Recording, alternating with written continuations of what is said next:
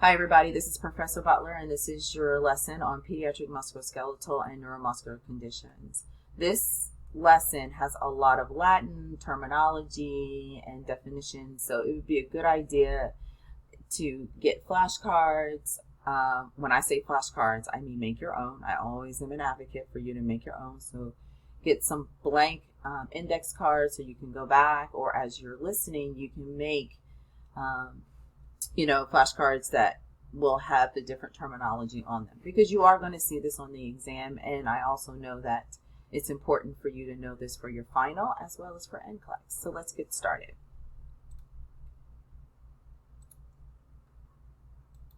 So these are your objectives, and I will tell you I did add in scoliosis to this lesson for this semester because we did not go over it in school age and adolescence. Some semesters I do add it in early because students have to go do some scoliosis screenings, but because we did not do anything this particular semester, I went ahead and left it in the appropriate lesson. So we will be talking about that later on.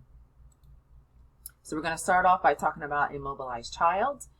Here we're going to just kind of review some things that you already know as far as how do we take care of children when they're isolated. And in this situation, immobilization is another form of isolation to a degree. That it really has an impact on a child depending on where they are in their growth and development. They can have delayed milestones as far as develop some musculoskeletal issues like contractures or atrophy. They can have decreased tone and strength, loss of range of motion, and then their bone can have some demineralization as well. It can affect their metabolism rate, which is a problem for growth and development. And like anybody who is immobilized, they can develop some dependent edema. And respiratory expansion usually is affected when we are prolonged laying in the bed. So for children specifically from a psychological standpoint, they get bored. And they need some interaction. They love to interact with not only their family, their peers, but just in general with the world. That's how they learn. One of the ways of how they learn. So having them isolated is a problem. And let me move my little thing out of the way. I'm sorry, guys. So having them isolated is a problem. It can have a delay in their cognitive development as well as the emotional development. So as nurses, we should understand that this child is in this particular stage of their growth and development, cognitive, psychosocial, whatever the case may be. And we should really try to incorporate different things that you learned in section 1 on how to engage them, how to help enhance their development from a cognitive, emotional, or psychosocial standpoint. And it also helps them to learn how to cope. Right? So this really more so for our older children. A lot of children, depending also on their personality and their temperament levels, they may need to learn or have some assistance in developing appropriate coping skills while their body is healing. It also has an effect on their family. The family dynamics is huge. It also depends on the family structure as well, but it increases the stress. Some children are alone when they're in a hospital, and because the family can't get there for different reasons, it may not necessarily be social economic, it may not necessarily be cultural. It could be that they have something going on in themselves and they can't come into a hospital because it'll put them at risk. They may not have anybody to take care of the other kids at home, so they can't come. They may have to work, so that is an economic thing, and that's a real deal here. All right. We don't want them to send children home to a broken home because we made them come and be with their child. It then kind of comes on to us to help them, deal and cope with being in the hospital, and also provide care so that they can go home eventually. So there are a lot of different effects that can happen on a family that we also need to take into consideration. So one of the big things that we must understand is that we have to engage with them in a form of play. And just about everybody has seen, I believe at this point, the hospital. And you saw how many different things that are there that children can participate in: the zone, the playground, playrooms. Oh my gosh, it's endless, right? So we have to encourage children who are hospitalized to engage in these activities and let them do the job of being a child. And don't forget, those who are in school, it's important for them to be able to stay up on their schoolwork so that they don't get behind. Maintain mobility. This is where OT and PT come in. They are very helpful in getting that done, and they can give us a game plan and support us in doing whatever we need to do to help them maintain their mobility. We want to also make sure we monitor nutrition and normalize as much as possible. You're going to see that word normalize or hear that word normalize again very soon, because remember, we don't like to restrict children. We like for them to achieve the highest potential that they can achieve, either with whatever condition or whatever injury that they may have. So we never want to restrict children from reaching that. We want them, as you probably saw on one of my tests, that we want them to learn how to self-limit if necessary, or try to alter things in a way so that they can engage or integrate with whatever level that they or whoever they want to engage with.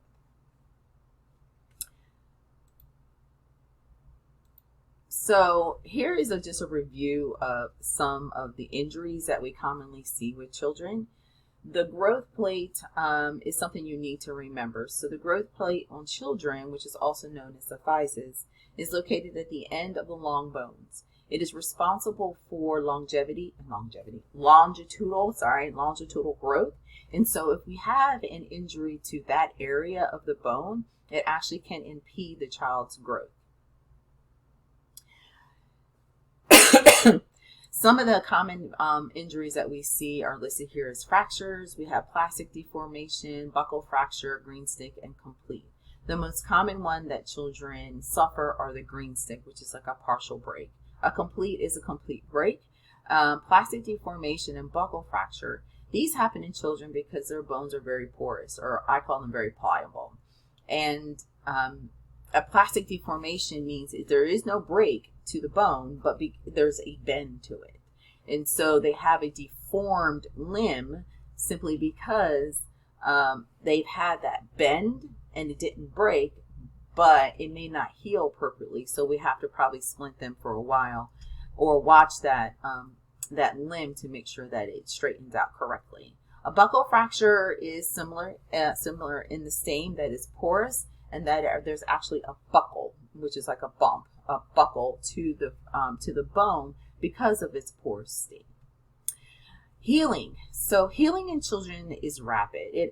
Children actually, if they suffer a fracture or injury to the bone, they heal about 2 times faster than an adult. It takes us months to do it. For children, they usually are healed within a month. If they have a cast on, here you see stages of fracture healing. Casts, just as a reminder, do not come off unless you have that bony callus formation, which would be confirmed with an x-ray. But that usually forms within like 3 weeks or 3 to 4 weeks with a child. With an adult, we're talking like 8, 10, 12 weeks that we have to be in a cast. And so that's a really good thing with children, that their healing rate is very rapid.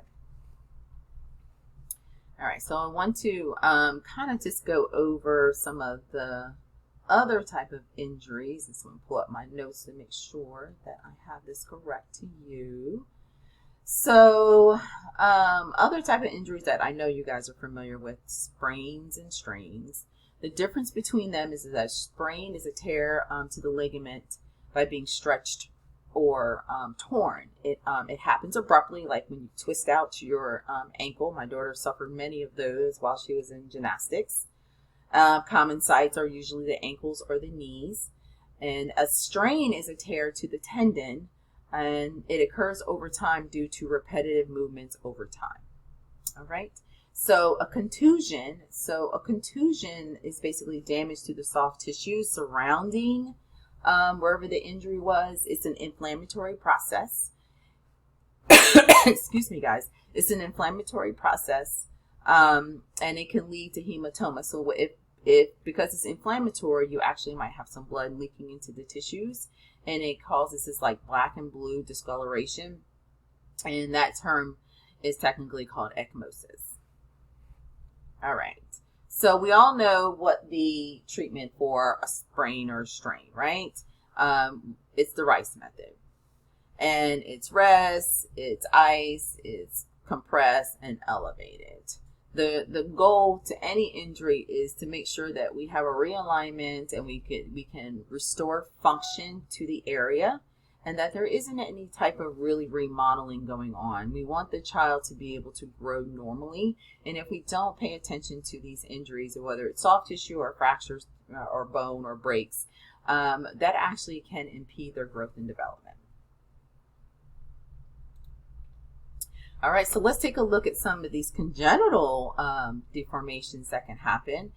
Usually in class, I would say, okay, who knows the name of this? And this is also where some of the Latin will come in, so you might want to write this down.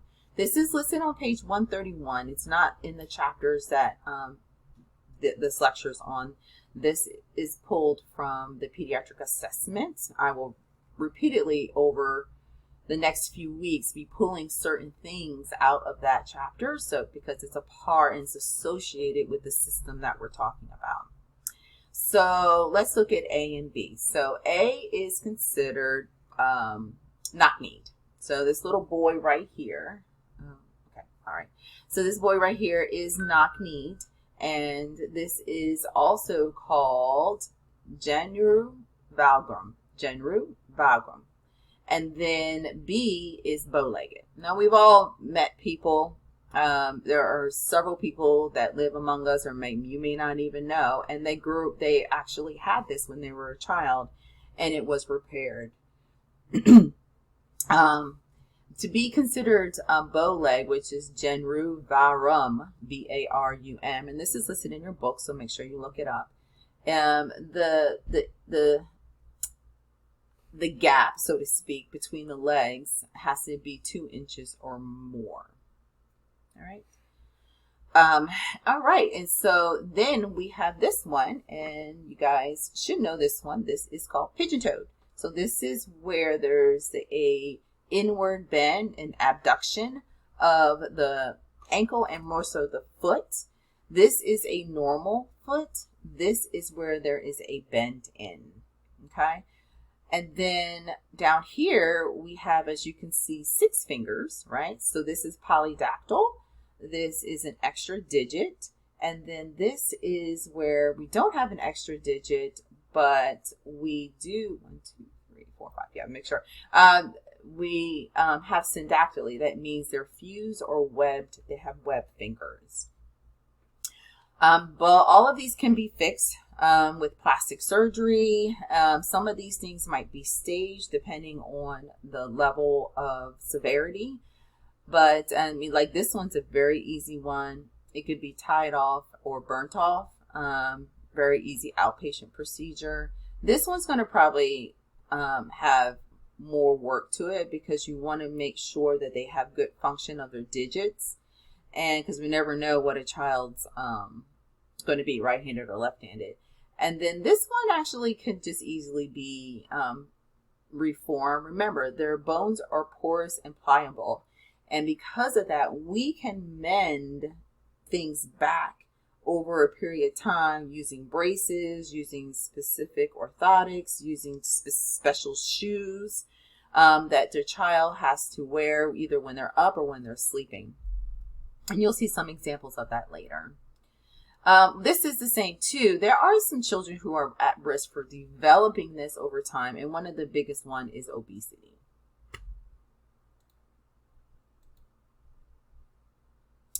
All right, so let's talk about clubfoot. So clubfoot is a deformity that involves the ankle and the foot, and it's where the foot points downward and inward.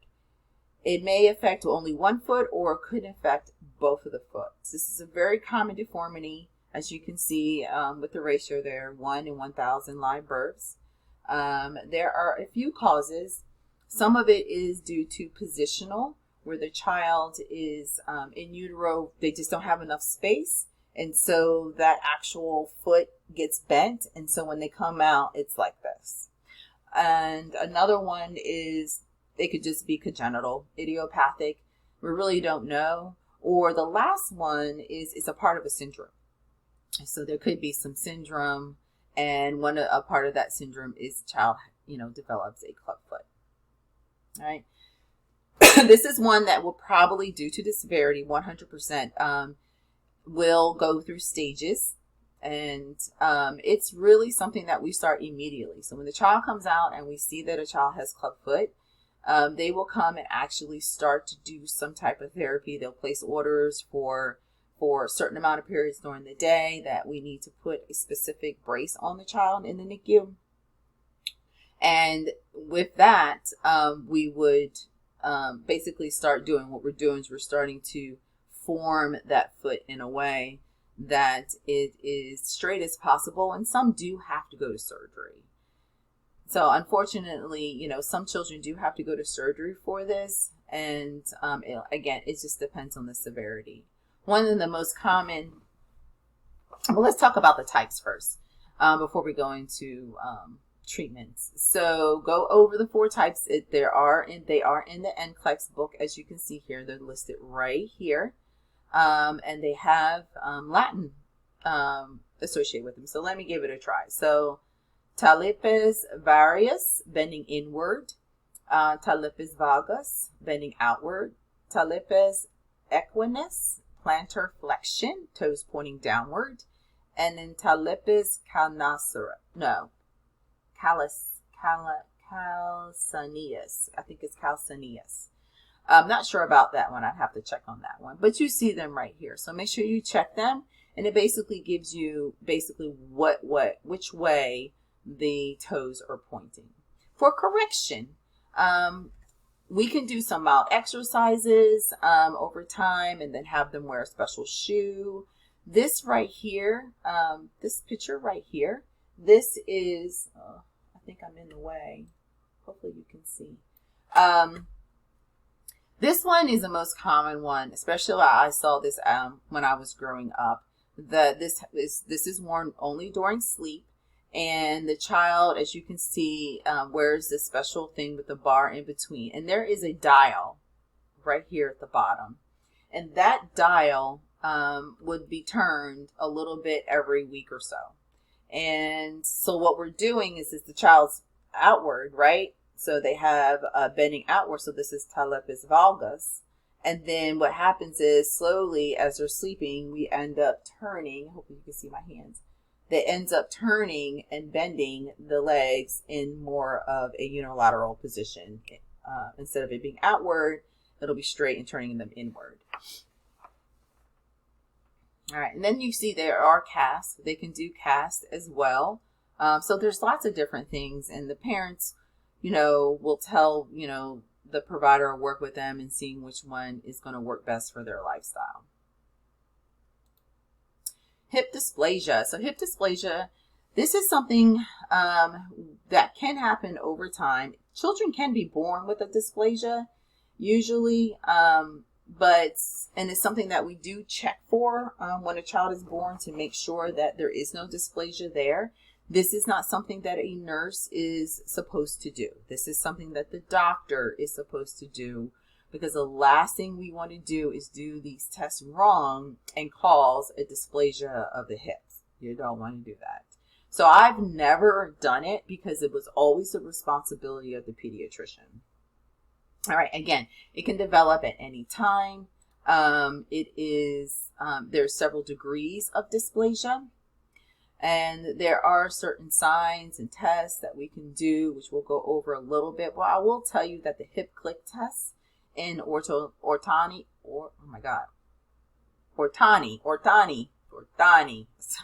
test is the one that is the most common. And let's see here. Yeah, let's go ahead and go over the test. So the first test, which is Alice test, one limb is basically seen shorter than the other. And so when you hold a child up, you'll see that one leg seems to be longer than the other, and that's just because the hips are not aligned. The hip click test is what I just talked about. As you can see, oh, you can't see it on here, but they're probably there's a picture in your book. But what we do, and I'll move myself down again. But what we do is, what I see them do is that they put the hips together. They kind of are bending down and inward, and if they hear a click, that means that the hips are not completely in socket. So if you hear a click, that's a problem. This is a positive test for hip dysplasia. Then we have some other ones that are not as popular. Barlow's test, the Trendelenburg's test. The Barlow's test is similar to the hip click test, but you basically are using your thumbs around the femoral area to see if you can feel that the head is out of socket. Trendelenburg is something we see with children because they have to be able to stand like a 2-year-old or a 3-year-old. And what we're looking is to see if they are so this is their hips. Let's say normal hips are like this. What we'll see is that they are shifted a little bit to the side. So when they're standing, and then we tell them to lift up one foot. And when they lift up one foot, it really, the pelvis tilts downward in order for them to stay balanced instead of them being upward. And then we'll see also with that same child that they have an abnormal gait. So when we ask them to walk across the room or down the hall, we're looking at their gait to see if it's abnormal.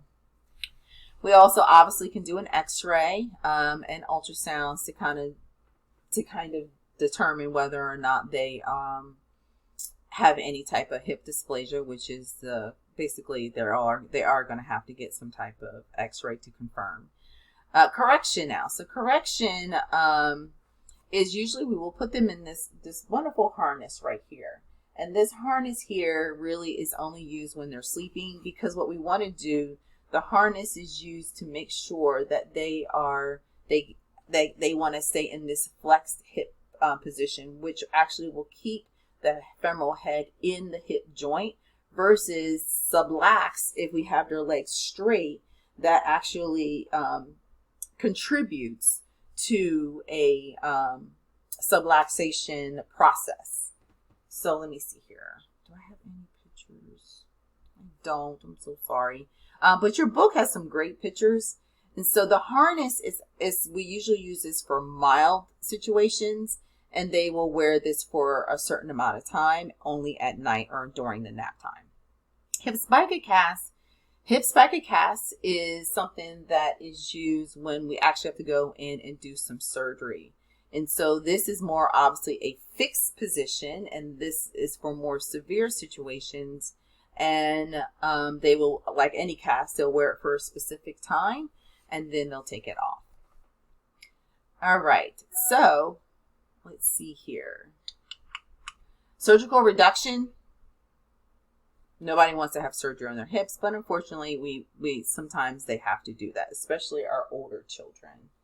Let me make sure that's all I wanted to tell you about that. Yeah, okay, so good, yeah. All right, so make sure you also understand the phases, and there's a great picture in your book. So dysplasia is, I think it's on page 1279. So dysplasia is just that we're seeing that it's slipping out of the femoral head, out of the socket, excuse me. And then subluxation means it's slipping more, and then dislocation is a complete dislocation. All right. Oh, here's a good picture. Yeah, so this one is, I would say this one, either it's a dysplasia, but it could be close to a subluxation as well. So this is a normal hip, and then this is, it's moving out of the socket. All right, staying with the hips, we're going to talk about leg calf Pert's disease. This is a vascular condition. As you see here on the slide, it says an avascular necrosis of the femoral head. It is caused when there is too little blood supplied to the ball portion of the hip joint. The bone becomes unstable and necrosis begins to form.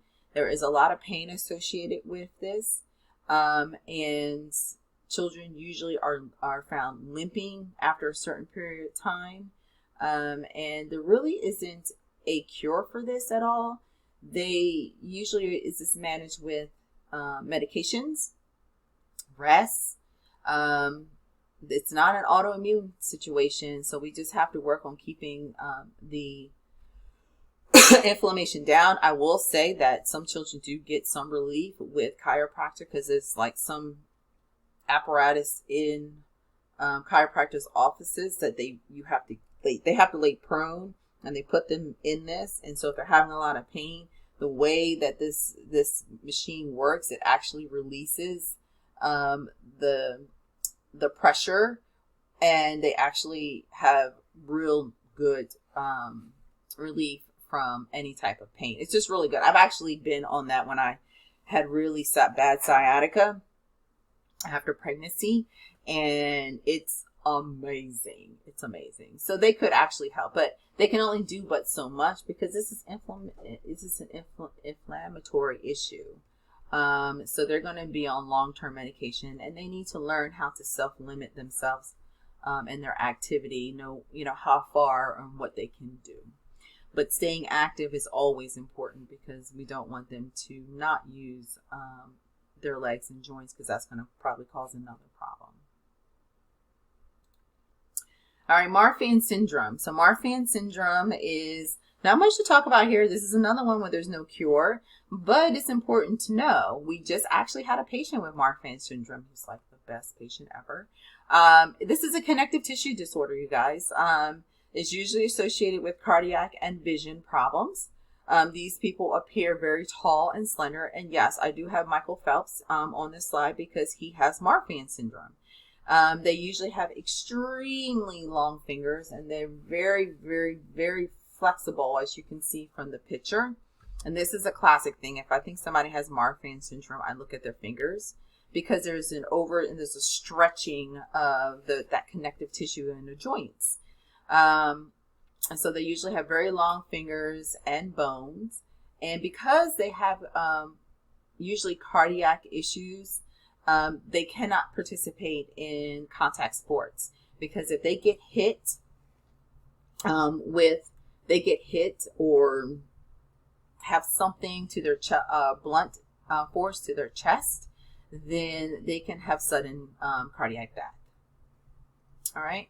So if you think, we talked about this, I talked about this with some students, and you can see how Michael Phelps' body looks, and he actually has such an advantage having Marfan syndrome and being a swimmer, because I believe he can propel himself a lot better through that water than people who do not have Marfan syndrome.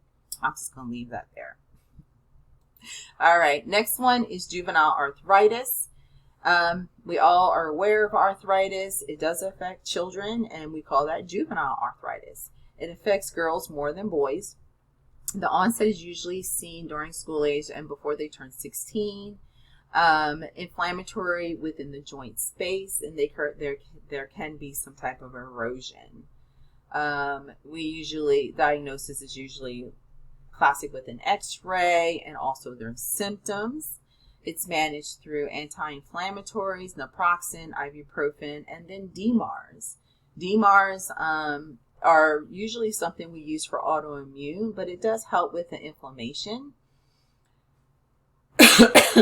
And you need to remember that with DMARS, it's very important that we have that sex talk with them, especially if they are in puberty, because with these medications, especially that you see here, they can cause severe birth defects. And so usually sometimes they make them sign a contract saying that they understand the side effects of this, and that they need to either abstain or they need to use birth control while they're on this medication. OI, so osteogenesis imperfecta. So this is brittle bone, fragile bone. I usually sometimes have a picture of, I forgot the name that, who was it? Jackson. I can't remember. Samuel Jackson played, but This his character that he played, which was an evil character, had OI, right? And so he was able to survive with OI late in his age, which was unusual. But anyhow, it is a genetic bone fracturing disorder. We actually can see this on ultrasound before a child is born, because they'll be born with fractures. There are many classification and types from mild to severe, and depending on which one it is, depends on how brittle their bones are, how easily they will fracture. I mean, you can brush up against them and they will automatically fracture. It's scary to handle them because you're just like, I don't want to be the one to give them another fracture. But unfortunately, if they don't have good prenatal care and a child has that, when they come out, they're gonna have lots and lots of fractures, and some kids could die because they can get cranial fractures and then have a brain injury.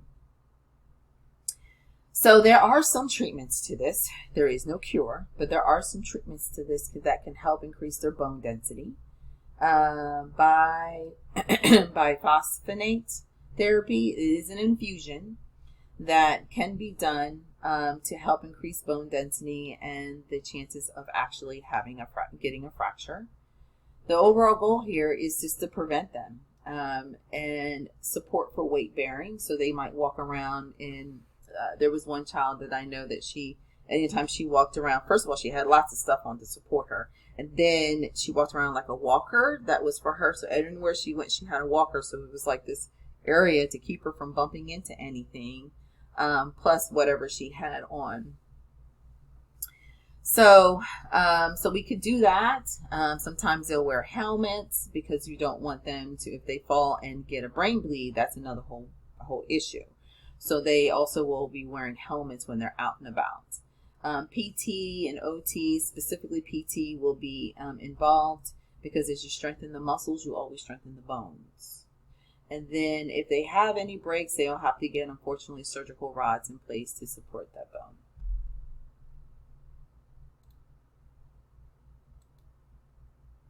All right, so here we're going to go into scoliosis. So scoliosis is basically a curvature of the spine. This is something that is screened in middle school time. I have the pages listed there. And we're also going to talk about kyphosis and lordosis. I have some pictures on the slides coming up in just a second. So screening starts pre-puberty, which is middle school. The main test that we do to test on that is the Adams test. When we're doing an Adams test, we're also, which is when they bend down, but we're also just looking at their hip height. We might be looking at how they stand, their rib position when they take a deep breath, and if their shoulder height is symmetrical. So basically, anybody who has a spinal cord, depending on the degree of the curve, because we rate it as far as degrees.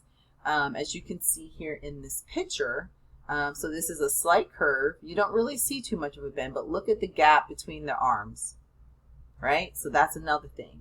Here you still see a little bit of a gap between the arms, but then here you don't see any shoulder asymmetricals in the shoulders. But you do see a little bit in the hips, and you definitely look at the gaps between the arms. I'm looking at the white spaces. Here you're starting to see a little bit of a shift, and then here you definitely, 3 and 4, you definitely see a shift.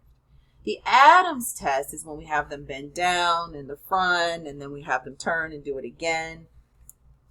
And when they go down is when we start to see the hump. So here you don't really see a hump that much, and then as it progresses to severity of the degree of the curve, you'll see a huge hump. Okay, so basically that is what we're looking for. At-risk populations, obviously children who are wheelchair dependent, because their spine and their structures and their muscles are weak. And so they tend to have get a more of a spinal curve, and then children who are immobile. All right, let's look at some pictures. So, did I tell you? Oh, wait, let's go back here real quick. I'm so sorry.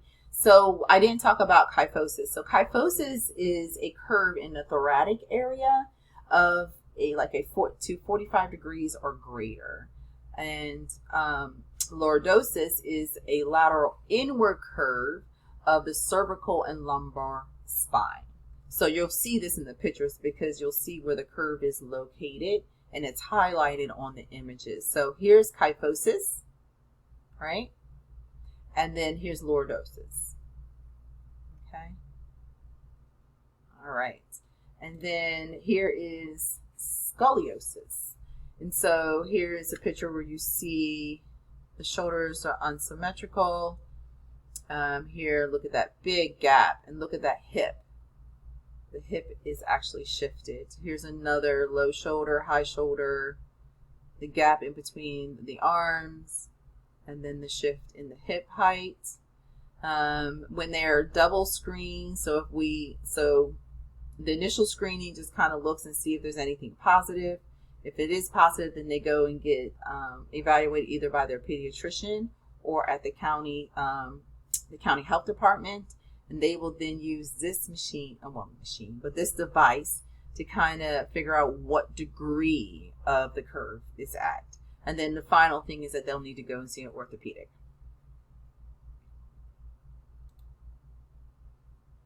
Correction for the curve, again, depends on the degree, how mild it is or how severe it is.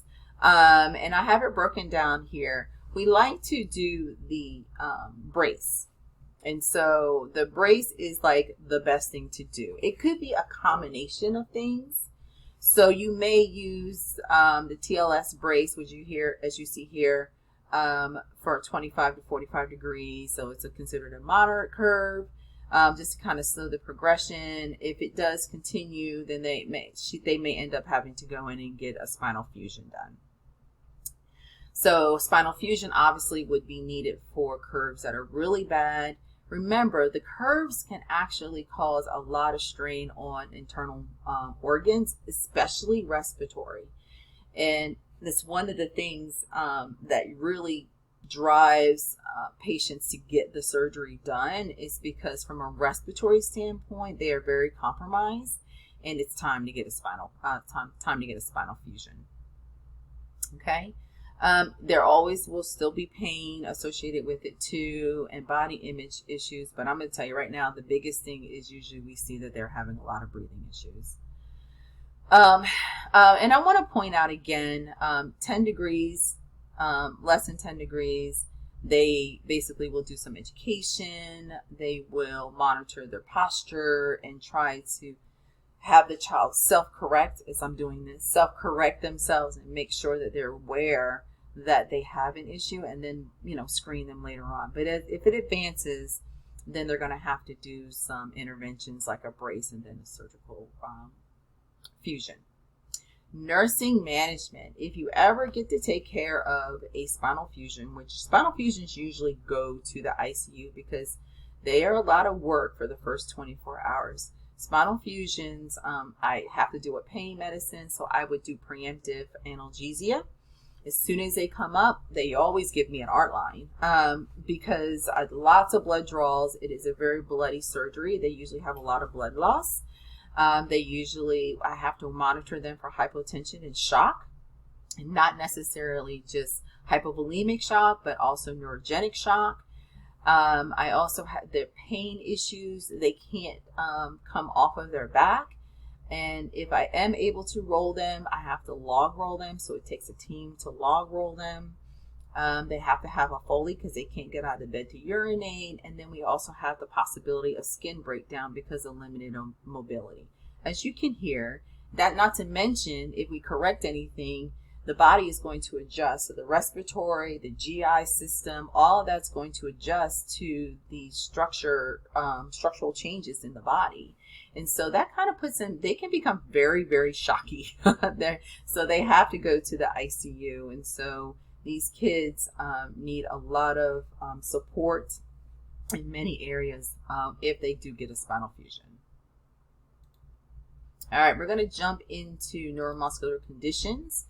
The first one is chiari malformation. So I will talk about this again a little bit in neuro because it is associated highly with hydrocephalus, but it is a structural defect at the base of the skull. Basically, it's where the cerebellum is located, and there is a slippage of brain matter that shifts down into the spinal cord. And so this picture here, this shows right here. So this is normal, right? And you see the slippage of a part of the brain matter that is slipping down into the spinal cord. That area controls coordination and muscle movement. It also is going to cause an obstruction in the flow of the cerebral spinal fluid. So therefore, we also is highly associated with hydrocephalus. So that's why you hear me talk about it again in neuro. All right. So basically, going back to the slide, the cerebellum tissue extends into the oh my God, my mouth is dry. Foramen magnum. And this compression can cause symptoms, not only blockage of hydrocephalus, a CSF causing hydrocephalus, which will eventually then cause headaches, neck pain. Children can be very spastic because it's the area that controls muscles, and balance, also swallowing. So we may have some aspiration issues going on as well, and then sleep apnea. So let's see here. So there are usually different types. So type 1 and type 2 are the main ones that we see. Type 1 is usually asymptomatic. People can go on for a long time without knowing they have chiari malformation. And then all of a sudden they start having those symptoms, the headaches, they also will be nauseous. There will also be vomiting associated. So things that are associated with hydrocephalus are the things that we're also going to see for type 1 and type 2. Type 2 is a myelomeningeal seal. So that one is not that bad. And type 3 and 4, to be honest, is a complete herniation of the brainstem, and that is not compatible with life, and these kids usually die. Here's some pictures of probably this looks a little severe. So this looks like either a 2 or a 3. And so this is just an image both from a radiographic image and also an image of a child with a protrusion in the back. Some of this, I believe, if this child is truly alive, that this is partially fluid.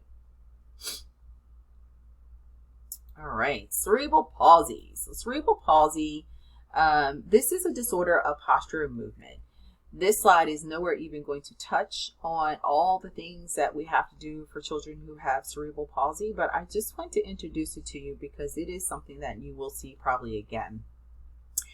And when we talk about cerebral palsy, the impact to the brain actually causes a palsy of muscles in the body. And so they're unable to move effectively. And there are 4 types. There's spastic, dyskinetic, ataxic, and if there's a child who has like a mix of the other 3. The most common, as you can see here, is spastic. Spasticity is, if you don't know, spasticity is when somebody basically starts to have, hopefully you can see, they can have stuff like this or muscles or do this. And that's the one we usually see. And it is highly associated when a child has a hypoxic episode. And we call it HIE. And if this happens during birth, or this can happen due to an injury or an accident, this can cause cerebral palsy during development. So as you can see in this picture, these children are not necessarily in wheelchairs, but it can be so severe that these children are in a wheelchair and aren't able to ambulate or even bear weight. So manifestations usually are around looking at their motor abilities, their tone, their posture. They're high risk for getting scoliosis. This is also because this is an injury to their brain. They also are known to have seizure disorder as well. Treatment depends on what area, what type, what support that the child needs. But here's the thing. They always are going to need some type of orthotics. If it's really, really bad, if they have a lot of contractures and spasticity in their joints, in their limbs, we do have some medications, and these medications have been really helpful. Botox injections really help them get relief from the pain from having those contractures or the spasticity. One we use a lot is baclofen, and baclofen, they can have baclofen, we can actually give it as a medication orally, or if it really works for them, they can get a pump, kind of like an insulin pump, implanted, and the baclofen pump, well, they'll have a continuous infusion so they won't be so contracted. The thing about Baclum, as well as you can see here, Valium and Dantrum, those are very CNS depressant drugs. And so when a child is getting that or getting a baclofen pump placed, we have to monitor them very carefully because we want to make sure that the dosage that we're giving them isn't going to knock out the respiratory effort. So this can actually be lethal if we're not very careful with what dosage we're giving them, and if the pump malfunctions, then it's gonna be a problem. So assessment for the nurse or nursing management, this really, I have to emphasize, the assessment starts with newborn. Sometimes it's not obvious that a child has cerebral palsy, but if we do a good neuro assessment as well as a musculoskeletal assessment, we're going to pick up that something might be going on, especially if a child had a delayed transition, or if the child had some hypoxic episode at birth, or if you hear that they had really bad APGARs at birth, I would be suspicious to, how are they doing from a neurological standpoint. Again, this can happen at any time. You can have a drowning. You could have some type of accident happen to a child, like a 2-year-old, and then they end up becoming cerebral palsy. Okay. Helping them with normalization, getting them normalized socially, psychologically, with their peers and people treating them not different than anybody else, and integrating them into society is a challenge. But it can be done with support groups, with education, with long-term care, that is tailored just to their needs. All right, neurotube defects. So neurotube defects basically is a failure of neurotube to close in neuro. You have some pictures down there, and I'm going to come to them in just a second, but it is one of the largest congenital abnormality in newborns. And the great thing is that we're really good at fixing it. So one of the things that they have found is that folic acid is shown to be correlated with these defects occurring. And so a mother should take, I'm a hypocrite for saying that, should take their prenatal vitamins. I didn't, but I know that folic acid is very, very, very important for that neuro development early on in utero. And so I ate, once I found out I was pregnant, I ate a lot of green vegetables, and I took supplements for folic acid because I knew it was extremely important to the development of the neural system, which is one of the first things that is developed. All right. And so let's talk about the types before we talk about associated disorders. So spina bifida occulta, and I can't see, I'm going to turn my head here.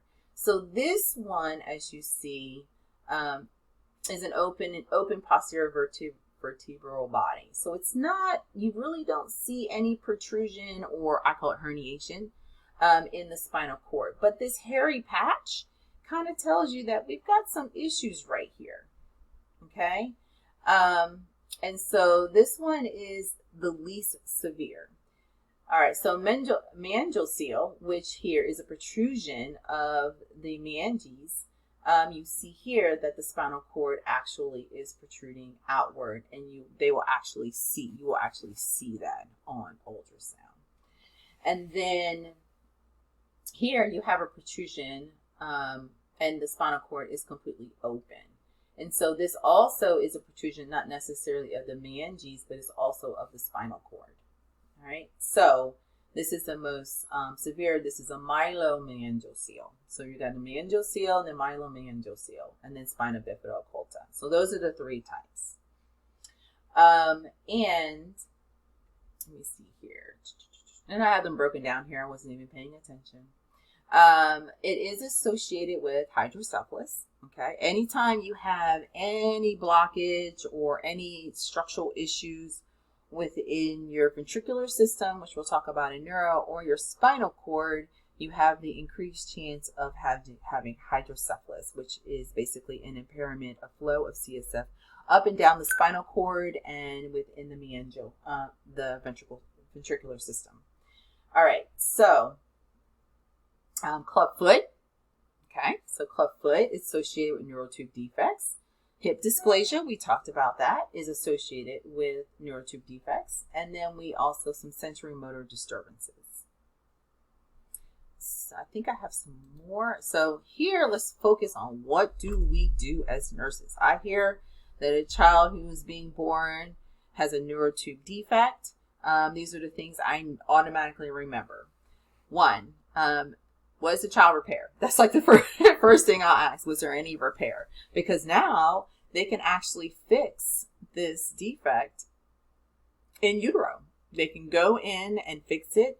And I've seen one case where they did do that, and the child came out moving their lower extremities. So remember, you have an impairment in the spinal cord. So the child's function from a urinary standpoint and from lower to the defect is going to be impaired. That means they're not going to be able to move their lower limbs. So when the child came out moving their feet, I was like, wow, isn't that interesting? It was great. And they have been doing this now. So this is a great advancement. If not, if they did or didn't, I have to assess their motor function. So the first thing I'm looking at, and I'm stimulating the feet to see whether that they'll move those toes or just, they may not have full function, but if they have some function, that's great. These children are usually latex sensitive, or they have a latex allergy. So we need to make sure that we don't have any latex near them, or we put up a sign or make an allergy to latex. Because they are more prone to have hydrocephalus, we will monitor their ICPs. We'll talk about that in neuro. But that means basically if there is a blockage or if there's a buildup of CSF, that's actually going to increase the pressure in the brain. We need to position them automatically on their belly. So they're going to need to be prone. Normally we put babies on their back. In this situation, this baby is not going to lay on their defect or their sac. We need to make sure that they are prone. So they can turn sideways too, but they can never lay supine. We need to monitor their output. We may have to have capping supplies ready because if we want a child to void every 3 hours, we're going to probably have to go in and do it because of the defect is going to cause them not to be able to void. When they come out, we actually have warm, wet gauzes, soaked wet gauzes, and we will actually put sterile wet dressings on them. And we want to make sure that that sac stays nice and wet and repeatedly, because we don't want the membrane to dry up. It actually will increases their chances of infection. And they usually go to surgery pretty quickly if they do need to get it repaired, if it wasn't repaired in utero. And so our job is to make sure that that sac stays nice and wet and doesn't dry up. Let's see. All right, so now we're going to go to muscular dystrophies. And muscular dystrophy, you guys know this, you've probably heard of muscular dystrophy or Duchenne's. Duchenne's is the most severe type of dystrophy. It is an X-linked recessive trait disorder. The dystrophin protein is reduced or is missing from the muscles. What we hear with this one is that these children actually develop and reach their milestones until they get to school age time. And on my side, as you see, it says around 3 to 7 years old. But what's happening is the child begins to walk, they crawl, they walk, they achieve all those milestones, and then all of a sudden their milestones start to go backwards, and that's because of this disorder. So one of the signs that we typically see is called a Gower sign. And what the Gower sign means is that they can't just bounce up off the floor if they stand up. They actually have to walk themselves up, their hands up, their legs. And I'm sure there's a picture of it in your text. You can take a look. And that sign, when we see a child who's getting up from a sitting position to that means that they might have muscular dystrophy. They also have weak pelvis muscles. They'll have a waddle gait, and they'll have what we call pseudohypertrophy. That means that they'll have these really enlarged muscles, and they'll look all beefy, and not muscular, like ripped. But their arms and legs will become very enlarged, but they're also very weak. But they are very weak, so it's a pseudohypertrophy. Some of the complications, one, they become very obese, and their weak muscles also will cause weak bones. As I told you before, strong muscles support strong bones. They tend to get more fractures. They will end up usually dying because of respiratory compromise. So they will probably be on some type of device to help them breathe. Usually it just starts during the night, and then they end up progressively needing it during the day. And we know, and usually by that time, they're just so tired of living with this disease that they may end up just deciding that it's time to just let go. So it's a very slow progressive disease. They usually get into their adolescents. I know some that are actually adults, but eventually respiratory compromise is what takes them out. And this one is another one. This one is spinal muscular atrophy, SMA, also called, I'm not even going to try wording it. I think this is German name, but there's a name there. W. Hoffman disease. This is a progressive weakening and wasting of muscle due to degeneration of the anterior horn in the spinal cord. But here's the thing, the difference between that one and this one and muscular dystrophy. Muscular dystrophy, I told you, Duchenne's, is a progressive. They actually meet their milestones and then they go backwards. With SMA, they actually are born, boom, with the muscular dystrophy or atrophy. So this is something where they are born with this. This is an autosomal recessive trait disease. This manifests pretty much immediately. There are 3 types. Type 1 is the worst. Okay. Type 1 usually do not live very long at all. Type 3 can, go for a period of time. These kids usually automatically get a trach because they are unable to support their own respiratory efforts. There is no cure, and the nursing focus is really about supporting the family, respiratory care, complete care for the child, as you can see here. Like this child here, we have to position them. They are completely flaccid, these kids. They can't move, they can't, usually they can't eat, they can't do anything. And this is really, really, really, really difficult. They're immobilized immobilized meaning, yes, we can put them in chairs and we can go places, but they're not really going to engage in play activities. However, here's the thing, with both of these, with muscular dystrophy and spinal muscular atrophy, the brain is completely normal. So what's heartbreaking about these patients is that they are watching the world develop and go, but they can't go with it. And we usually have a lot of depression, psychological issues with these children, especially Duchenne's. because Duchenne's had it and then it went away. With SMA, it's the only thing that they know. However, they also get very frustrated too because they can't do for themselves. And usually if they have a trach, they can't really communicate well either. And so it becomes a psychological thing with both of these disorders, and it's really sad. But we just try to make them comfortable. We support them through the years that they are living with us, and then integrate them into society as best as we can. Because they're going to need feedings, G-tubes, the whole 9 yards. All right, last slide. We have Guillain-Barré syndrome. We know that this is a multiple nerve demyelination. It causes neuropathy. This can be caused after like any type of virus or vaccinations. So if there's a virus, what's the virus? I think not RSV. We saw a spike in this with, what is that virus that was the mosquito virus?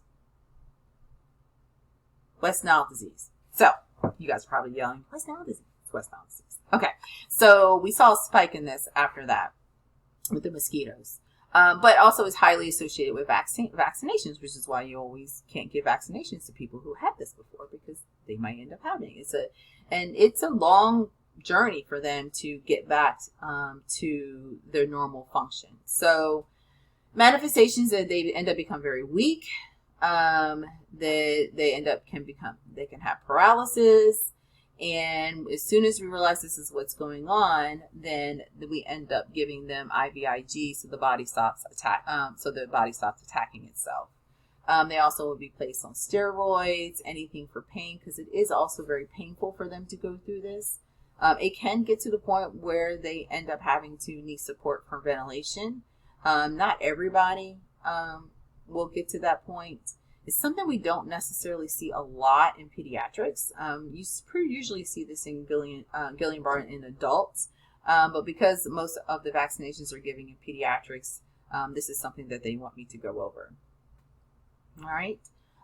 So basically it's just a lot of supportive care that we give them, and also get the inflammation down and restore function. And then usually they'll be fine. And we tell them that they can't get vaccinations like they used to. All right. I think this is the end. So if you guys have any questions, let me know. We'll be going over some points of this later on. You'll hear some other things pop up when I talk about neuro. But other than that, I will see you in class.